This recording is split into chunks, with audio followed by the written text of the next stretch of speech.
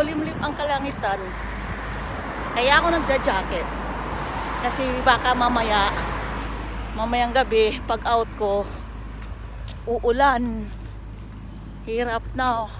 Walang payong, jacket lang. Wala kang payong. Hirap kaya maglakad. Sa umaga maglalakad. Pupuntang bus stop. Terminal. Sasakay ng bus. Mahal kasi dito pag taxi sakyan mo. 15 minutes lang. Papatak ng 250. Wala namang traffic. Sige lang. At least hindi naman mainit. Taglamig naman kasi ngayon. Kaya ko nang lakarin. Araw-araw ko naman nilalakad eh. Pati nang tainga ako.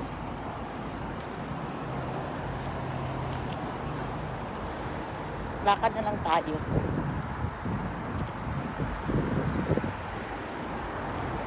Talithik. Yung pakunti-kunti. Hindi siya naman masyado na ulan, pero pakunti-kunti.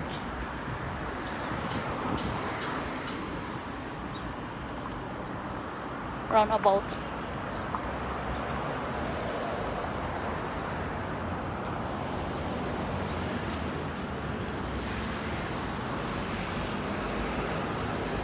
Pero makulimlim ang kalangitan. Mahirap dito guys pagka umulan. Wala kasing drainage na kuan. Yung malalaking kuan. Maliit kasi rito. Kaya pag umulan dito ng biglaan, tagatuhod ang tubig. Kasi hindi lahat na kalsada may ganun, may drainage.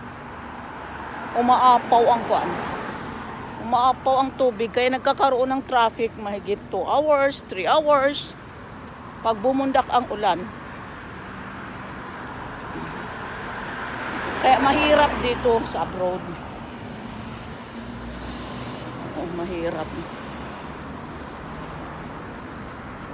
Dito lahat na events dito ginaganap sa itong Sports Khalifa.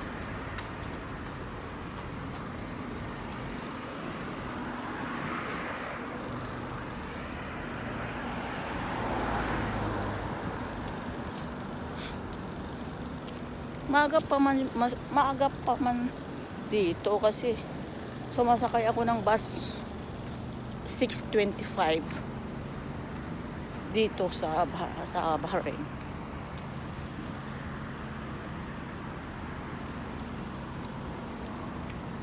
Kaya wala masyadong traffic, walang sasakyan. Madala na rin ang school kasi ang school dito halos private, halos British school.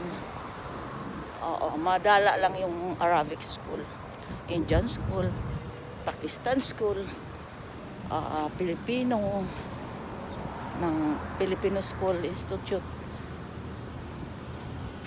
Pero ang curriculum kasi rito sa Bahrain is British.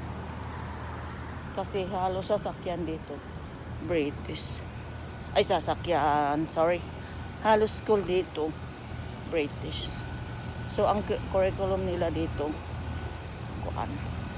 speaking English British. Ganun yun. Oh,